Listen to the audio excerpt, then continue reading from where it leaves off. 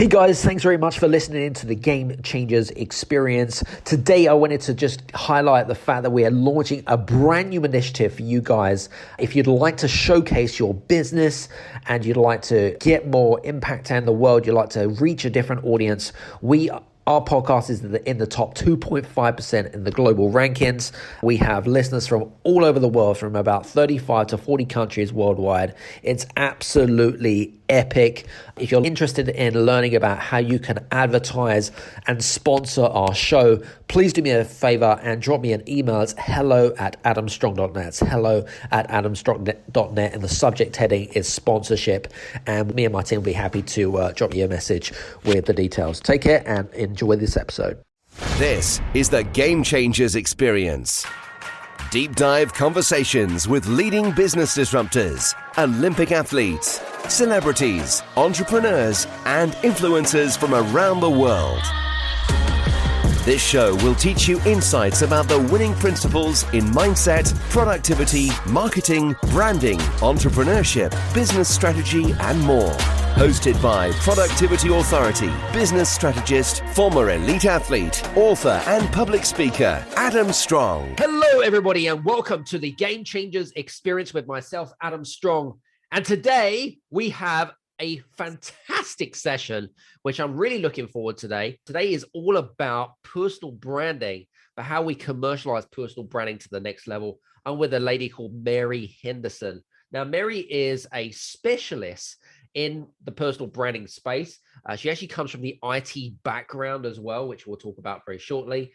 And she has been helping coaches, consultants, and business owners effectively take their intellectual property or their big wow factor and their magic and digitalize, commercialize it, and monetize it, and into many different ways, and become a sought after authority, niche speaker, specialist, whatever it is that you want to be defined as in your industry. In less than 24 weeks, I forgot to mention that as well. Now, Mary's also the editor-in-chief in a magazine that she has created called Authority 5.0 Magazine. And, you know, she's got an array diversity of years of experience. So I'm really looking forward to today's great chat. And she's over in sunny Melbourne in Australia, which I'm really, which is on the other side of the world compared to where I am right now. Now, for you guys that are listening in, now we've got listeners from all over the world. We've got, we're going to be talking a little bit about some of the common struggles that a lot of you guys experience when building a business. So we're going to be talking about a little bit about that. We're also going to be talking a little bit about personal branding in its entirety, especially in the way, you know, especially as kind of personal branding has evolved over the years. We're going to be talking about how you can effectively take that and then effectively bring it into your own business so you can kind of like upgrade what you're currently doing right now. But we're also going to talk a little bit about what Mary has created. She's created a nice a system effectively that she basically puts her clients through, which we are also going to be talking about. So without further ado, Mary, welcome to the show. Thank you so much for having me, Adam. I really appreciate it. I'm really looking forward to this session. So I'm in your hands.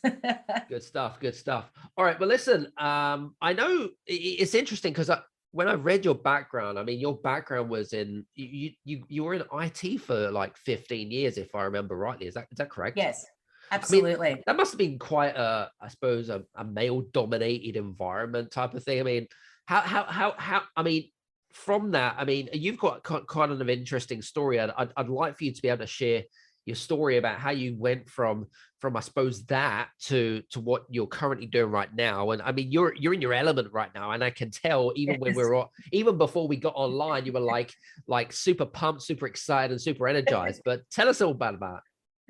So I'll start off in my timeline. I think I'm going to start back at 2000 because that was the sliding door moment for me. And that was in the heart of my career. I was climbing the corporate ladder. Things were amazing. And so I really started in the technology space and started to become noticed, I guess, as a brand in year 2000. I had this amazing opportunity, Adam, to work for the largest IT distribution company in the world. And I got this amazing opportunity. My boss said on my first day, Mary, there's good news and there's bad news. The good news is you have got this amazing opportunity of a lifetime, but the bad news is you have to fix this major problem in 12 weeks. Otherwise, you're out. And so I was like, okay, no pressure. Thanks for telling me that in the interview, by the way. But anyway, so I go and have the meeting with the client, and I was in sales, like hardcore sales. And, IT sales is hardcore, right? It's no walk in the park. And remember, back in 2000, okay, so that was 22 years ago, a whole different ball game. And as you're right, 98%, I think it was back then, male dominated. So here I go to this meeting with the largest retailer client in Australia. And so I'm in the meeting room. There's about 12 people in the meeting room. And they were basically ready to say, hey, we're just here to sort of read your exit strategy because we ain't going to deal with your company anymore. And so I'm talking to these people. No one's giving me anything. The main decision maker didn't even show up at that meeting. So I'm sitting with these 12 middle management people who can't make a decision. And I'm sitting there thinking, my career's over. Like literally, it's over. The decision maker's not here. I've got these 12 people who actually don't know what to do with me. So I leave. I get into the lift. I was wearing red snakeskin boots. Would you believe it? And so, but I felt so good in them, Adam. I haven't got them anymore, but they were absolutely hot.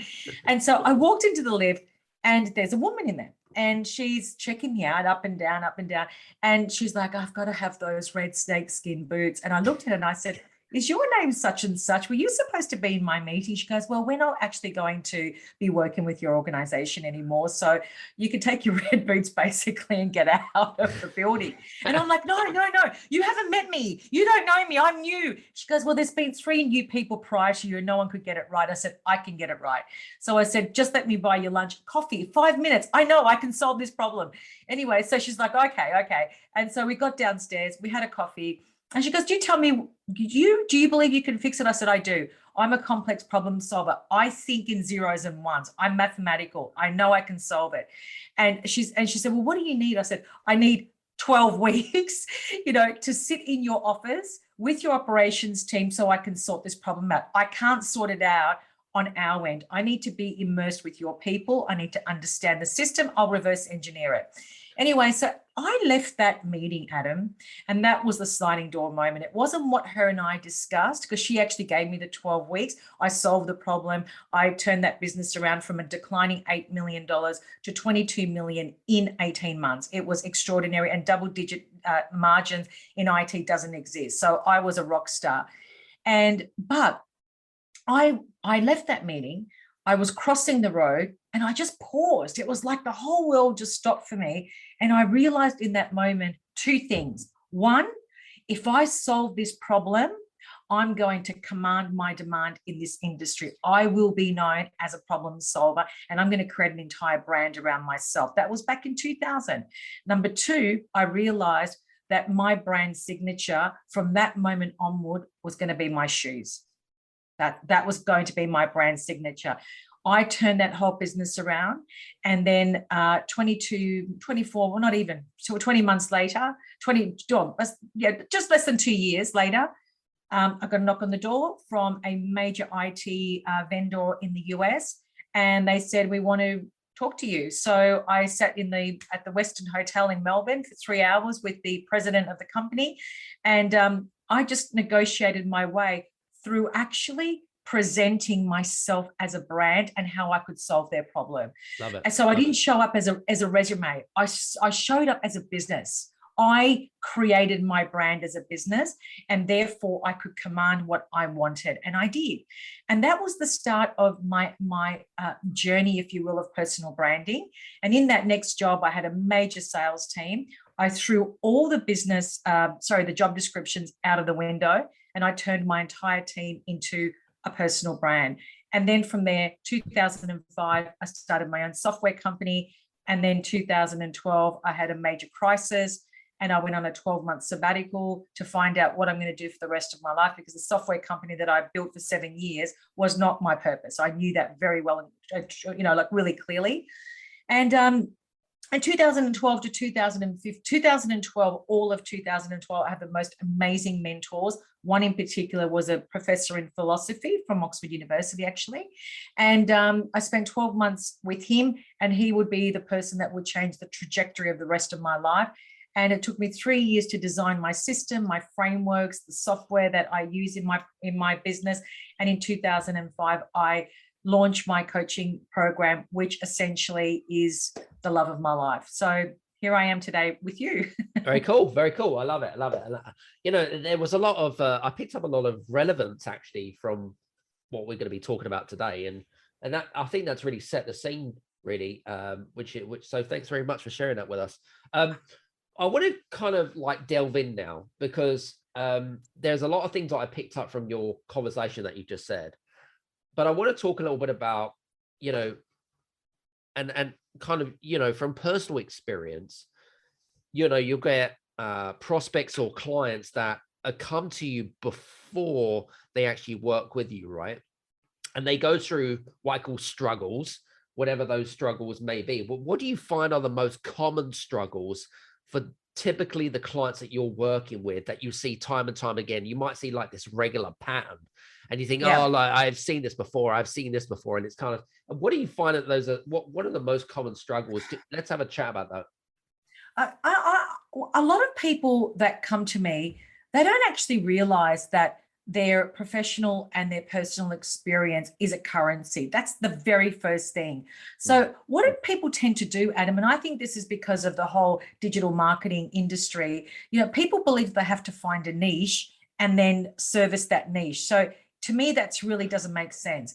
So the people that I typically work with, they've already accumulated 20, 30,000 hours of accumulated knowledge, wisdom, and skill set. But the thing is that people don't see value in that, Adam. They just think, oh, that's just my experience, my work experience, you know, that's my professional and my personal experience. But it's like, I didn't really know what to do. And so that's where I come in and I say, no, that's the inventory that I'm looking for, because I don't know what problem you can solve until I actually can see that inventory literally on an Excel spreadsheet, and I need to organize that information. Then I'll tell you what problem you can solve, and that problem will then be able to support a client base, which they already know who the client is. They already know.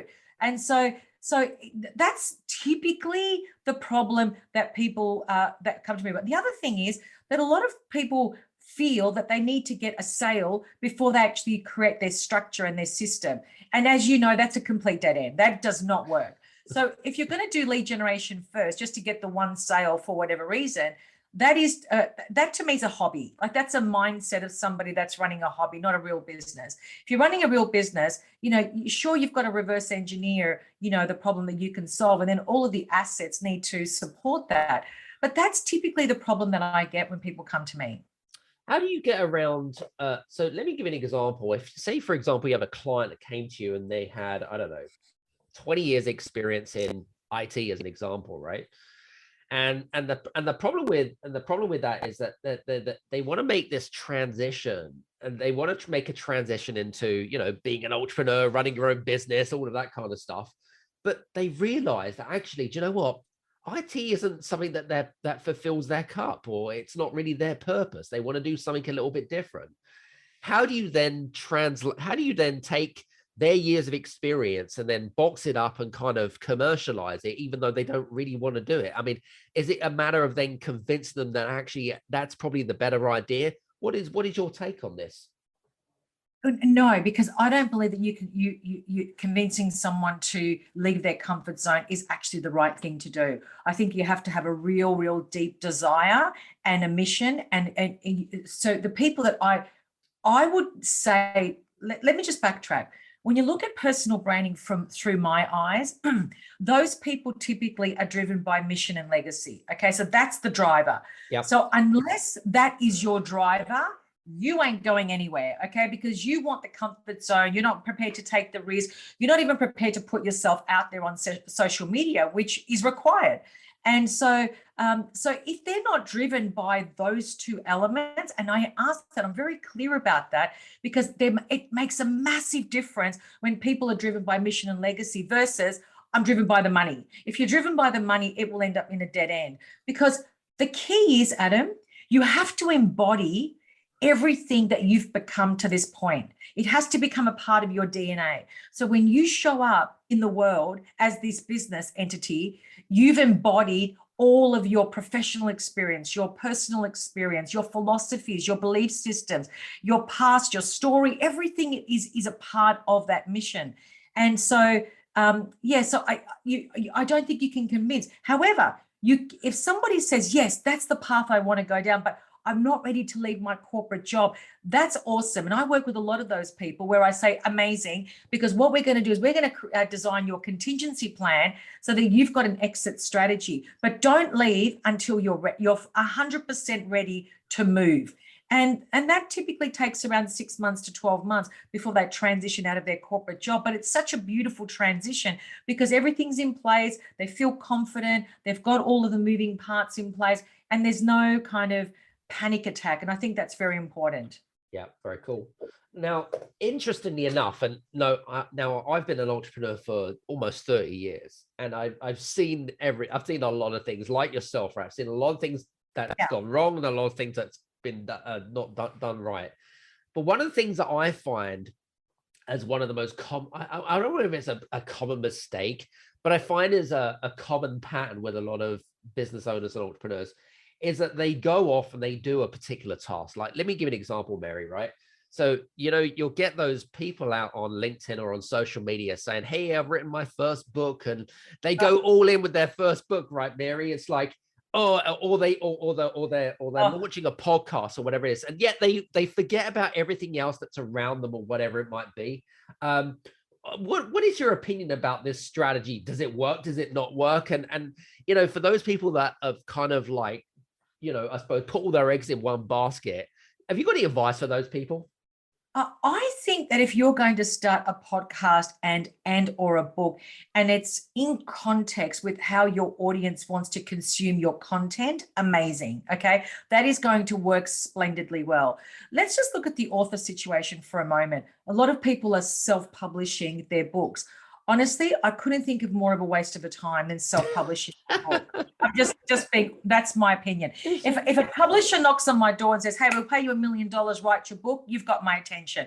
But for me to self-publish just to validate my self-worth and stroke my ego, I don't need that. I'm comfortable in my own skin. Yeah. Now, the podcast, though, I think that's a really, really, I see a podcast as an asset. So my magazine, Authority 5.0, started off as an idea. It's now become a full production magazine, but I interview all of the people that I feature on my front cover, and that becomes my podcast as well. Okay, I'm just leveraging my content.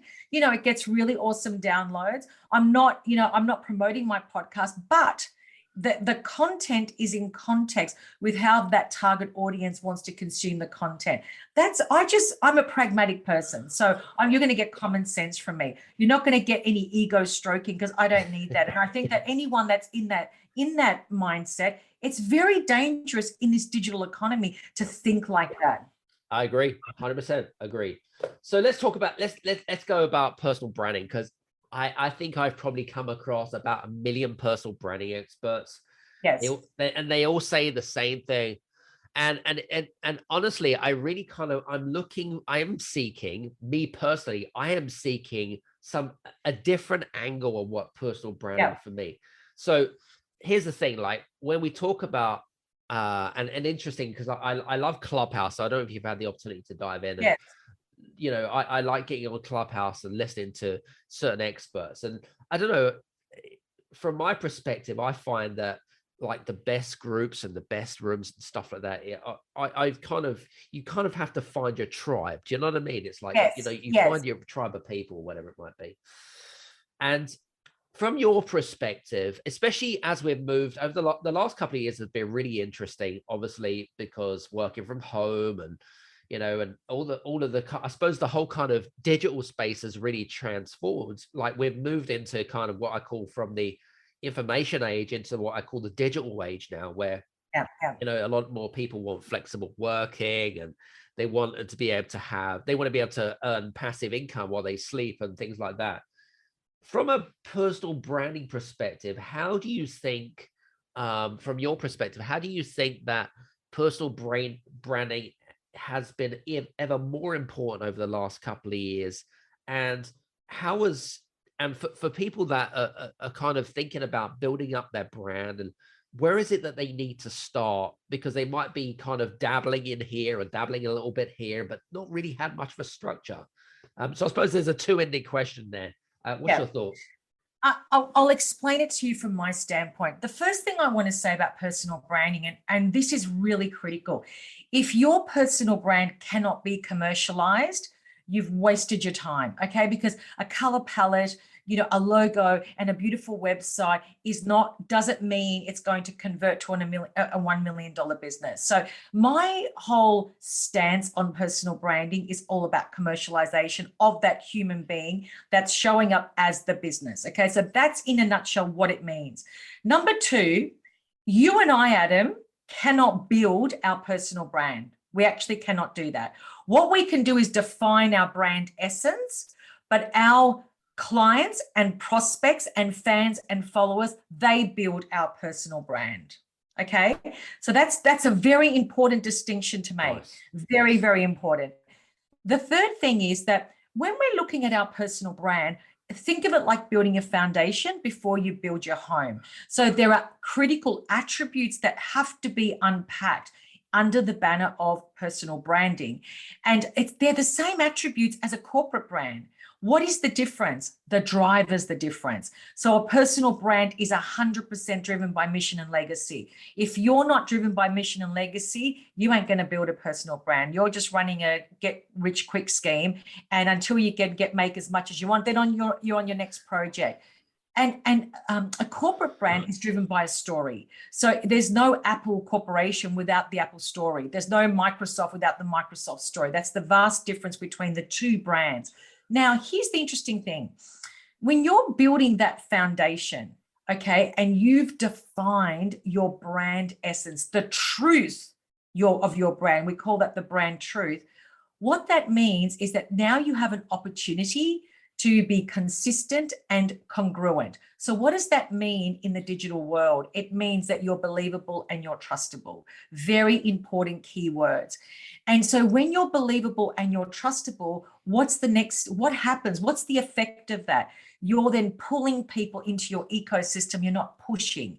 So where do people go wrong with their personal brand, Adam? They're pushing.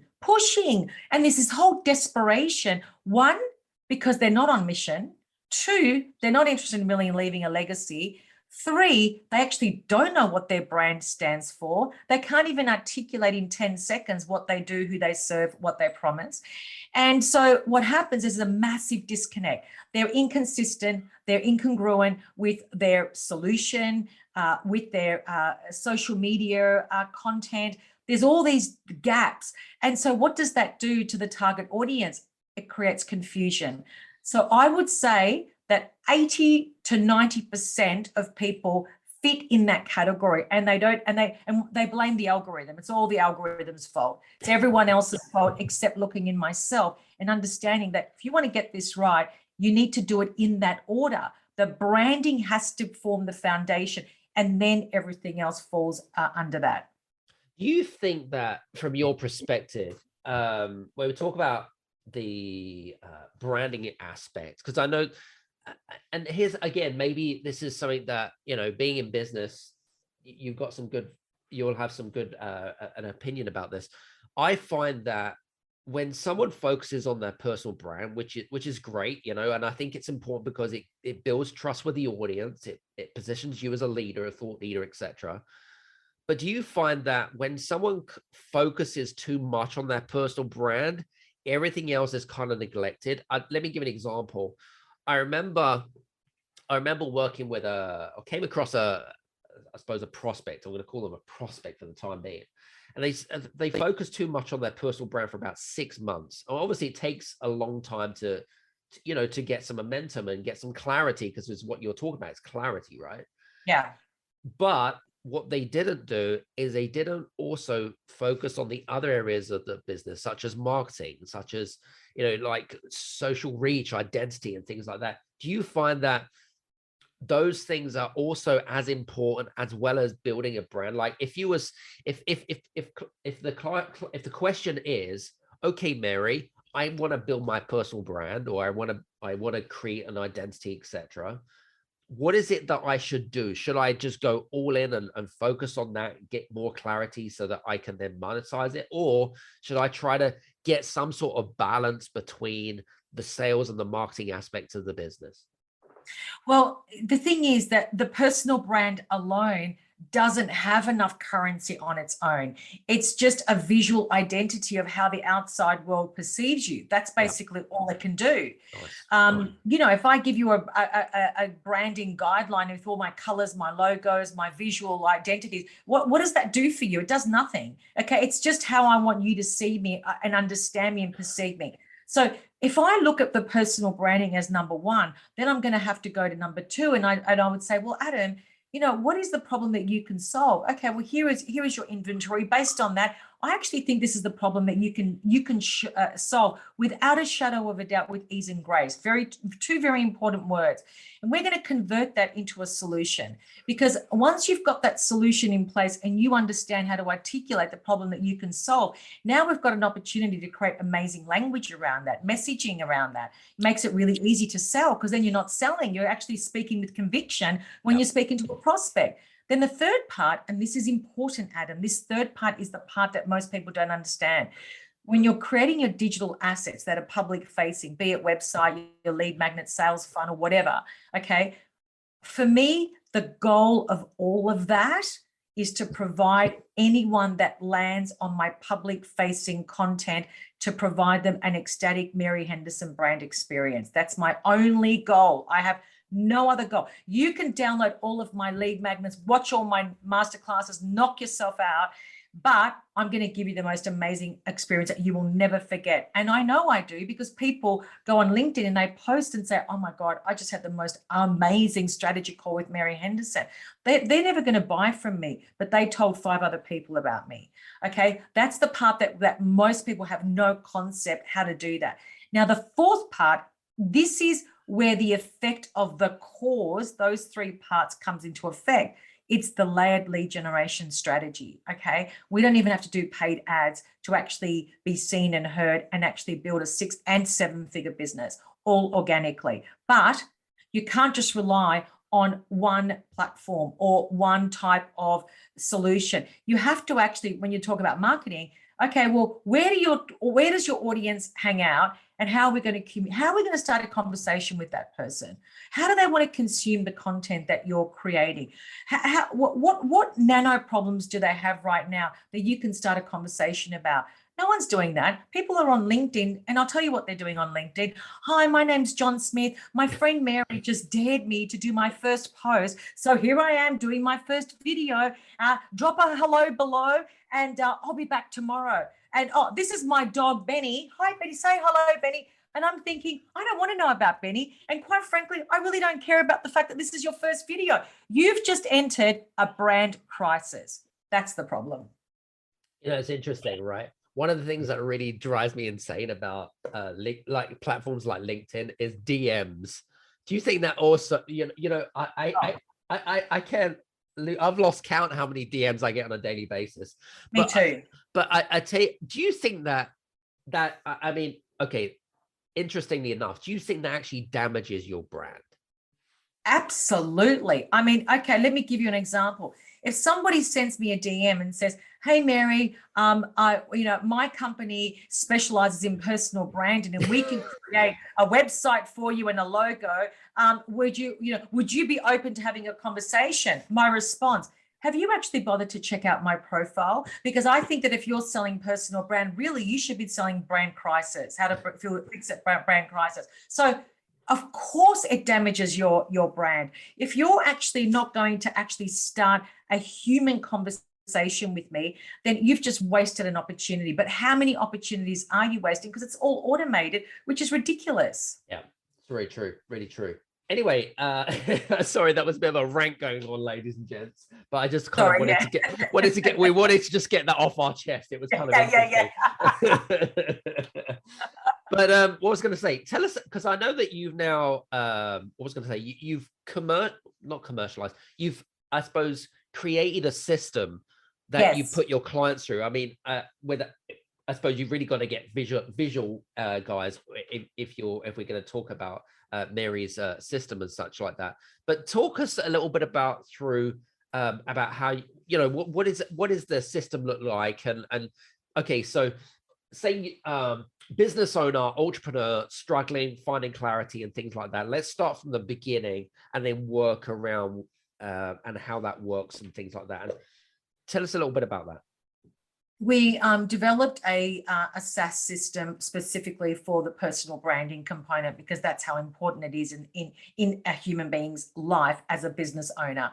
And we call that that platform Authority, and hence Authority Magazine. But it's a SaaS platform, and essentially has a series of applications in there, and they're all the branding attributes that we unpack out of a human, because I'm interested in working with real, truthful data, rather than people telling me, oh, I want to be like Tony Robbins and I want to be like this person.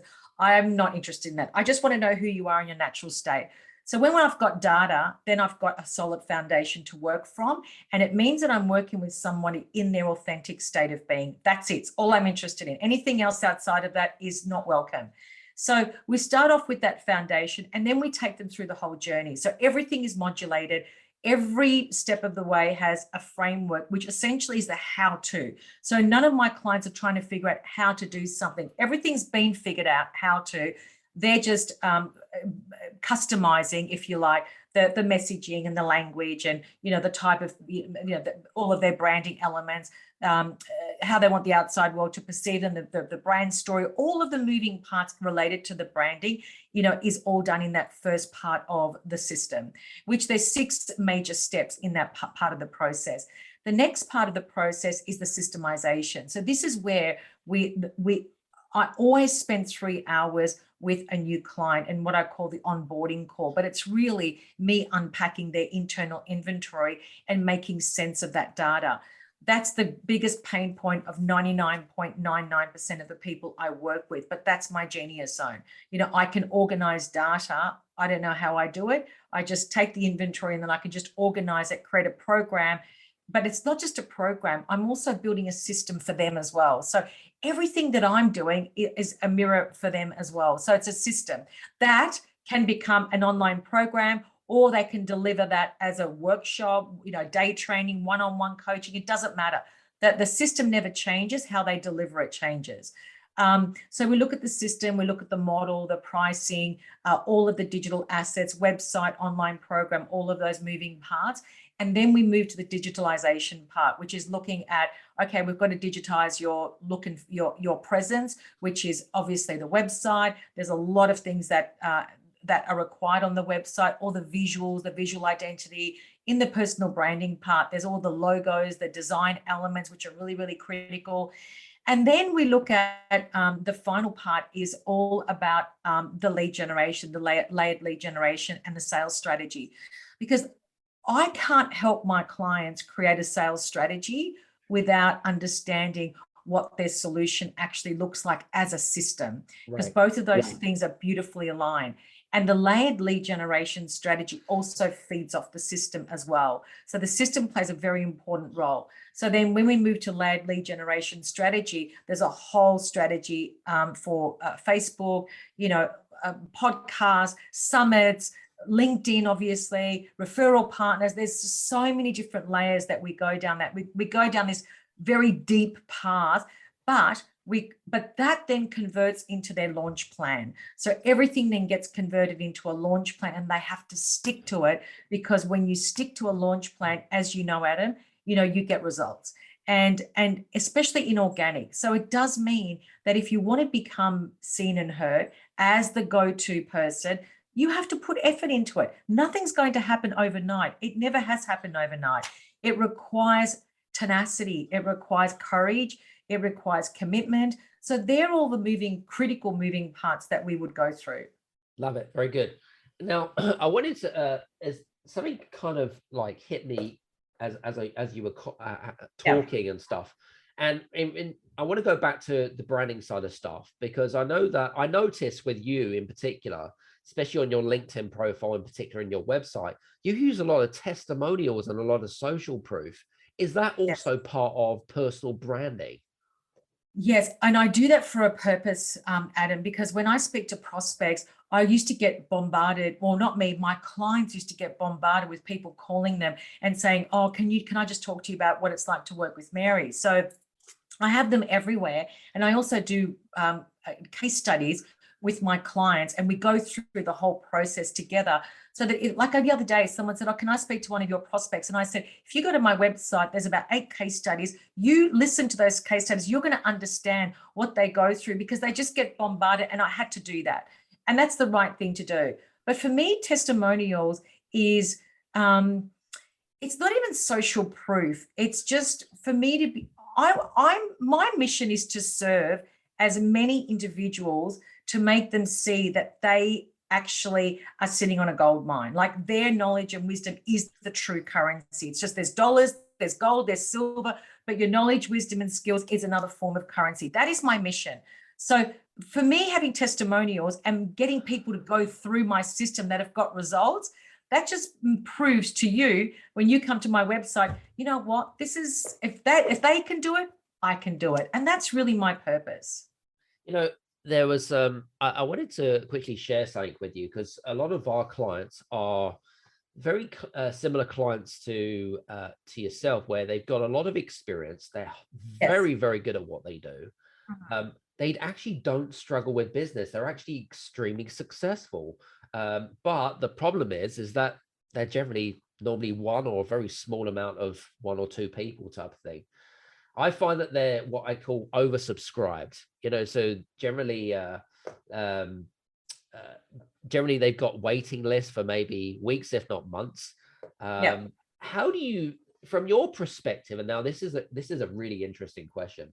How do you, from your, so from there, they want to then kind of transition. They want to, I suppose, take their success and then turn it into what I call like a real successful, you know, business where they can kind of come out of it operationally, because they're generally, I find that most of these people are a slave to their business. They've created a job. Exactly.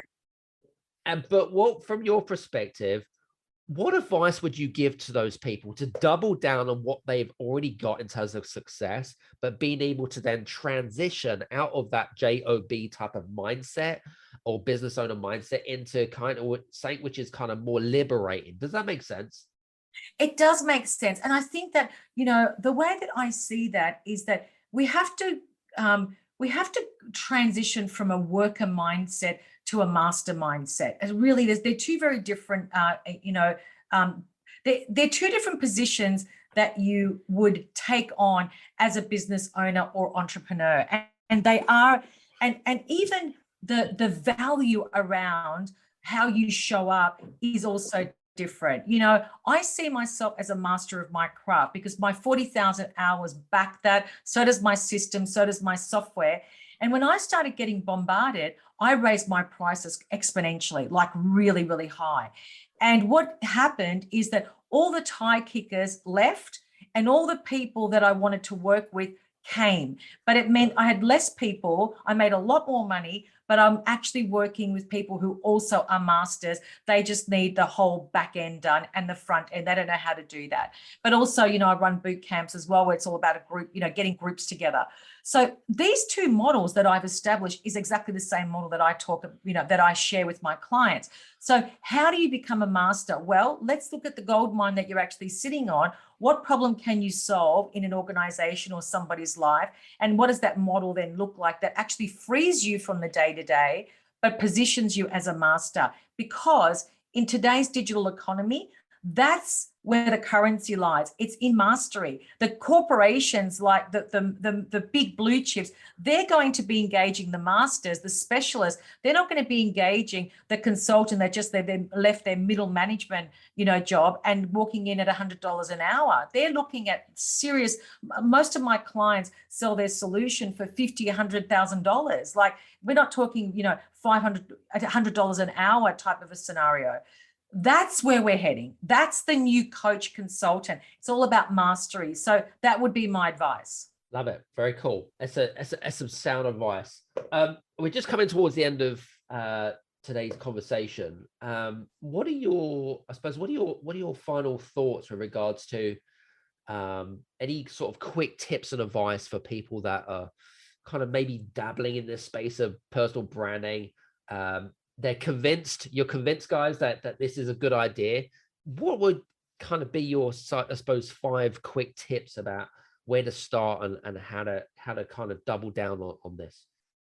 The first thing I want to say, Adam, before I do the 5 tips, is that when you're looking at this pathway of, merging your knowledge, wisdom, and skills into a type of an offer, a solution, or a business, I want people to understand that when I call that a currency because it never depreciates and it's always with you. Okay, that's the first thing I want people to understand.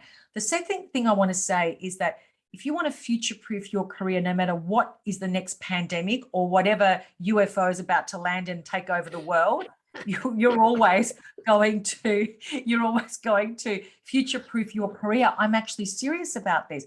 When COVID hit in 2020, Adam, my business 10x, like literally overnight. So what I'm saying is that look at your inner self as currency. Understand you are sitting on a gold mine and there are companies and individuals who actually want what you've got. So that's the first thing. The second thing is that your clients, my clients buy my wisdom. Your clients buy your wisdom, Adam. They don't care about my frameworks and all that sort of stuff. That's all there as a backup, okay? But they actually want my wisdom. They're paying 100% for my wisdom. So, and we've all got that. All your listeners have that already.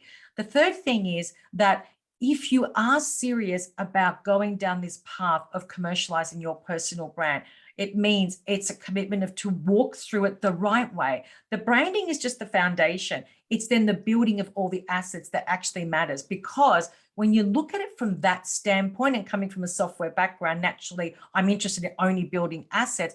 I can sell my business tomorrow without Mary. How cool is that? Do you see? And the model that I've created is so scalable. It's ridiculous. My accountant just cannot believe my business model, because when you do it right, and hence why it's taken me so long to build my system, when it's done that way, it's tried and tested and it works, you have to think like a business owner, not like a hustler or a hobby, because they're three different mindsets completely. And I want to work with business owners because they know they have to invest time and money, and it's a long-term gain. It's not an overnight sex. But when you own your own internal inventory and your assets, you're going to be in a very good position. Love it, love it, love it. Well, listen, guys, hope that you've enjoyed today's conversations with myself and Mary. We've gone through a lot of great content. Now, if you haven't already done so when you were listening to this, either in the gym or in the car or whatever it is, my recommendation is to go back and listen to this, but this time make sure you got a notebook and pen handy, because there were a lot of golden nuggets in today's conversation. There really was. Mary, I just want to say thanks very much for being on today's show. I really appreciate you. Thank you, Adam. Thank you so much. And for you guys that are interested in connecting with Mary, please do connect with her on the links below. You can do that, and make sure that you connect with her. And if you do reach out to her, just mention the Game Changers Experience podcast, as she can put 2 and 2 together, and I'm sure that she'll be more than happy to engage with you guys. So without further ado, thanks very much to Mary, and from me, hope you've enjoyed today's show, and we'll see you again on the next Game Changers Experience. Take care, guys, and see you soon. Cheers. Hey guys, I just want to say thank you so much for listening to today's episode on the Game Changers Experience. I would be gratefully appreciated if you could leave a good or a bad review. It doesn't matter, 1 or a 5-star review, whichever you prefer, on any of the platforms, whether it be on Apple, whether it be on Spotify, Podchaser, etc. And please leave a testimonial or review about our podcast. And if you have enjoyed our podcast, then I look forward to seeing you on the next Game Changers Experience. Take care, see you soon, etc. And please leave a testimonial or review about our podcast. And if you have enjoyed our podcast, then I look forward to seeing you on the next Game Changers Experience. Take care, see you soon.